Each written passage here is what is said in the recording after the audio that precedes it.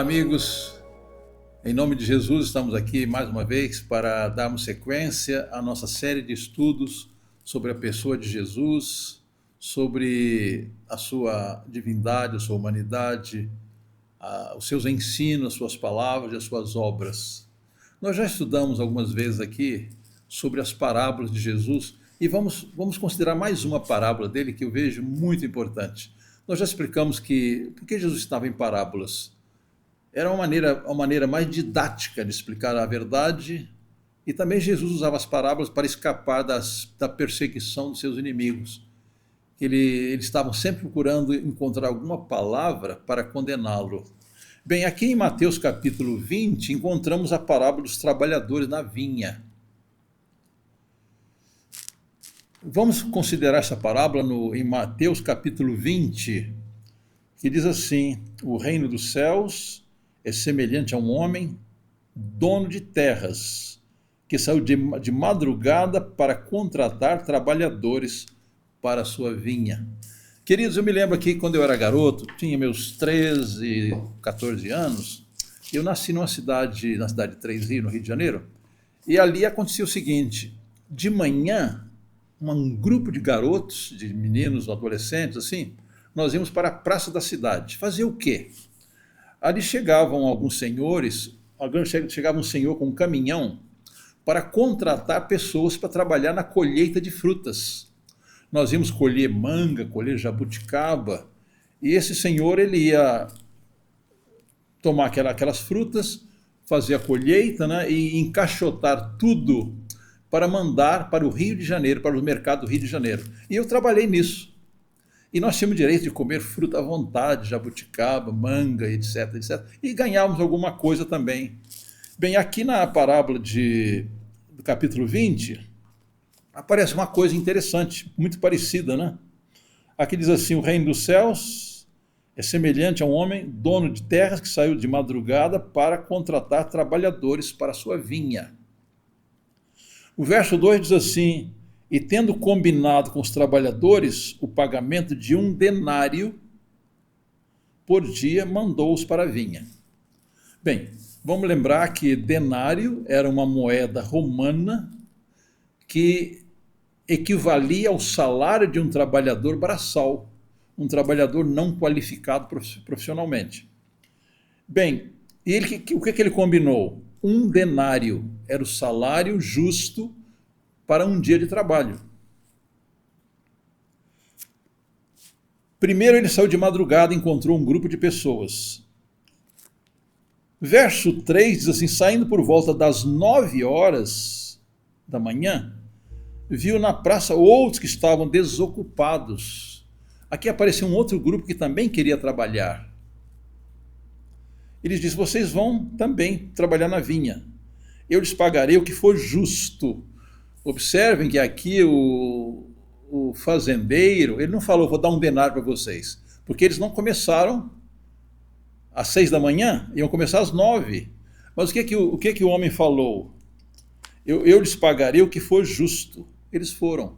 Queridos, essa segunda turma não estava sonhando de ganhar um salário completo. Nós estamos começando às 9, talvez vamos ganhar aqui uns 75 centavos de denário, né? Mas eles nem exigiram nada, eles ficaram contentes pelo fato de receber o trabalho e de ganhar alguma coisa para sustentar a sua família. No verso 5 diz assim: eles foram, tendo saído de novo, perto do meio-dia, e às 3 horas da tarde, fez a mesma coisa. Então aqui, note bem, o fazendeiro contratou as pessoas às 6 da manhã, contratou às 9, contratou ao meio-dia e contratou às 3 da tarde. Ao primeiro grupo ele prometeu 1 denário. E ele perguntou, aqui no verso 6, por que vocês ficaram desocupados o dia todo? Eles responderam: porque ninguém nos contratou. Então ele lhes disse: vão vocês trabalhar na vinha. Agora, no versículo 8, Diz que ao cair da tarde, o dono da vinha disse ao seu administrador: chame os trabalhadores e pague-lhes o salário. E o patrão começou pelos últimos. Quem eram os últimos? Aqueles que chegaram às 3 da tarde, às 5 da tarde, ao meio-dia. E diz aqui, começando pelos últimos, indo até os primeiros. Queridos, o que é que aqueles últimos esperavam receber? Eles não esperavam receber um salário completo. Um havia chegado 9, outro chegou meio-dia, outro chegou 3 da tarde, outro chegou 5 da tarde. Eles não exigiram nada, eles pensaram assim, bom, eu vou esperar só pela misericórdia do fazendeiro. Eu trabalhei só 1 hora, eu trabalhei só 3 horas, eu trabalhei só 5 horas. Mas, ao chegar os primeiros, e o quanto receberam aqueles que trabalharam por último? O verso 9 diz assim, chegando os que foram contratados às 5 da tarde, cada um deles recebeu 1 denário. Já pensaram? Ele trabalhou apenas 1 hora, recebeu o salário completo. Bem, o que vem na cabeça dos primeiros agora? Bem, se os últimos receberam 1 denário, trabalhando 1 hora, eu vou receber 10 denários ou 12 denários. Ao chegar os primeiros, pensaram que receberiam mais, porém também receberam 1 denário cada um. O que é que o Senhor havia prometido aos que chegaram primeiro? 1 denário. E agora, quando os últimos receberam 1 denário, o olho dos primeiros cresceu, né? Já vou receber 12 denários, porque eles receberam 1 e só trabalharam 1 hora. Mas aí eles não ficaram contentes. O verso 11 diz assim, mas tendo recebido, começaram a murmurar contra o dono das terras, dizendo, esses últimos trabalharam apenas 1 hora, mas você os igualou a nós, que suportamos a fadiga e o calor do dia. Eles não ficaram contentes. Será que o Senhor cumpriu a palavra? Cumpriu. O que é que ele havia prometido aos primeiros? 1 denário. E agora deu 1 denário. Só que o Senhor agiu com misericórdia com aqueles que chegaram por último. Eles pensaram assim, poxa, eles chegaram tarde, mas eles têm família para sustentar, eles necessitam de um salário completo. E agora aqueles que chegaram primeiro começaram a murmurar contra o patrão. Estes últimos trabalharam apenas 1 hora, mas você os igualou a nós, que suportamos a fadiga e o calor do dia. Qual foi o argumento do patrão agora?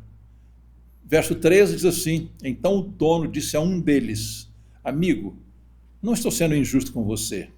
Você não combinou comigo trabalhar por 1 denário?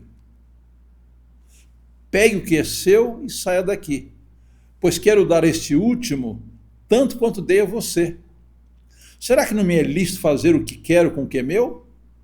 Ou você ficou com inveja porque eu sou bom? Assim os últimos serão primeiros e os primeiros serão últimos. Queridos, o que é que Jesus estava ilustrando aqui? Nós temos na igreja pessoas que nasceram na igreja, viveram aí 60, 70, 80 anos na igreja. O que eles vão ganhar de Jesus? A salvação eterna. Irmão, se a pessoa aceitou a Jesus quando era jovem, de 15, 16 anos, o que ele vai ganhar de Jesus? A mesma vida eterna. Se ele chegou à igreja, aceitou a Jesus com 30 anos, ele se entregou a Jesus com 30 anos, o que ele vai receber? A vida eterna, a mesma vida eterna. Se ele chegou na igreja com 60 anos e aceitou a Jesus, o que ele vai ganhar? A vida eterna. E se ele chegou, faltando alguns dias para morrer, se entregou a Jesus, o que ele vai ganhar? A vida eterna. Queridos, aqui nesse capítulo 20 de Mateus, aqui nós encontramos a salvação pela graça.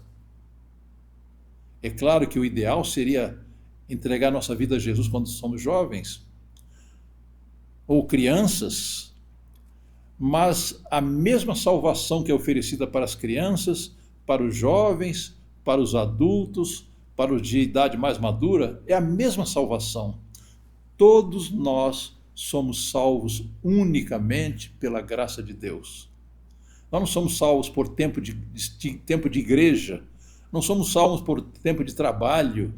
Eu posso ter trabalhado aí 30, 40 anos, 50 anos para a obra de Deus, a minha salvação é a mesma. É claro que quando uma pessoa aceita a Jesus na infância ou na juventude, ele tem uma vida mais plena, mais feliz nessa terra, ele recebe muito mais bênçãos, mas a salvação é a mesma. Diz a inspiração que a primeira lição que deveríamos ensinar às nossas crianças é que elas são salvas pela graça.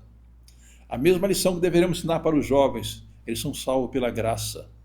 Os adultos, os idosos, queridos, a salvação é uma. A salvação não é pelo que nós fazemos, não é pelo que nós somos, mas pelo que nós cremos. E aqui o patrão diz assim, olha, eu sou misericordioso. Para os últimos eu dei a mesma coisa que para os primeiros. É que às vezes somos tentados a pensar assim, poxa, eu estou na igreja há mais tempo, eu sou mais santo, eu mereço mais. Esse é lê do engano. É claro que quanto mais cedo nos entregarmos a Cristo, melhor. Seremos instrumento nas suas mãos para a salvação dos nossos semelhantes. Mas Deus nos aceita, seja a idade que for, seja o tempo que for. Somos salvos unicamente pela graça de Deus. Essa verdade está muito clara em Efésios, no capítulo 2, quando o apóstolo Paulo, ele disse assim, pela graça vocês são salvos, mediante a fé. Isto não vem de vós, é dom de Deus, não de obras, para que ninguém se glorie, pois somos feitura dele, criados em Cristo Jesus para as boas obras. Quero chamar a atenção de vocês para um ponto importante aqui. No versículo 9 diz assim, não de obras, para que ninguém se glorie. Queridos, aquele trabalhador que começou às 6 da manhã, o que ele pensou? Como eu comecei mais cedo, eu mereço mais. Ele se orgulhava do que ele fez. E os últimos, qual foi o pensamento deles? Puxa vida, que bênção, né? Chegamos aqui 5 da tarde e o patrão nos recebeu e foi misericordioso para conosco. Queridos, nós somos salvos unicamente pela graça e pela misericórdia de Deus. É claro que a pessoa salva, ela vai obedecer, ela vai praticar boas obras, mas nós não somos salvos pelo que fazemos. Somos salvos pelo que Cristo fez ao viver uma vida perfeita e pelo que ele fez entregando a cruz no Calvário por nós. Queridos amigos, não importa a sua idade, não importa se você é uma criança, é um jovem, um adulto ou uma pessoa idosa, não. Jesus ama você. Ele te convida para aceitá-lo como Salvador pessoal. Ele quer fazer de você um instrumento para a salvação de outras pessoas. E o apóstolo Paulo em Hebreus ele diz assim, se ouvirdes a sua voz, não endureçais o vosso coração. Hoje é o dia da salvação. E segundo aos Coríntios, no capítulo 6, eu acho muito apropriadas essas palavras do apóstolo Paulo no capítulo 6, segundo aos Coríntios. Ele diz assim, versos 1 e verso 2. E nós, na qualidade de cooperadores com ele, também exortamos a que vocês não recebam a graça de Deus em vão. Porque ele diz, no tempo aceitável escutei você, e no dia da salvação eu o socorri. Eis agora o tempo oportuno, eis agora o dia da salvação. Eu quero concluir com Hebreus capítulo 2.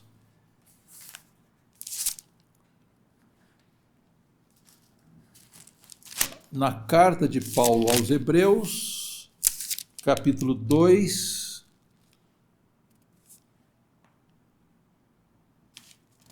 Hebreus capítulo 2, versículo 3. Prestem muita atenção nessa pergunta. Como escaparemos nós se não levarmos a sério tão grande salvação? Você tem resposta a essa pergunta?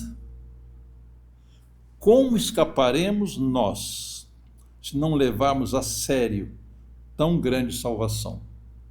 Uma outra versão diz assim: como escaparemos nós se negligenciarmos tão grande salvação? Queridos amigos, irmãos, não negligenciemos a nossa salvação. Jesus em Mateus 6,33 diz assim: buscai primeiro o reino de Deus e a sua justiça, e todas as outras coisas serão acrescentadas. Vamos fazer, queridos amigos, da nossa salvação, da salvação da nossa família, a prioridade absoluta em nossa vida. Deus nos abençoe para que tomemos essa decisão hoje. Amém.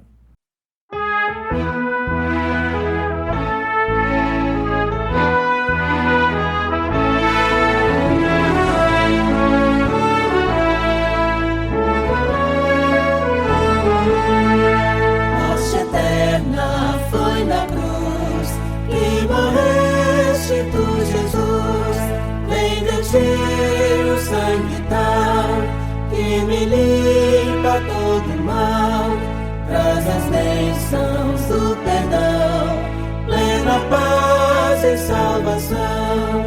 Nem trabalho, nem pena pode o pecador salvar, só tu podes, bom Jesus, dar-me vida, paz e luz.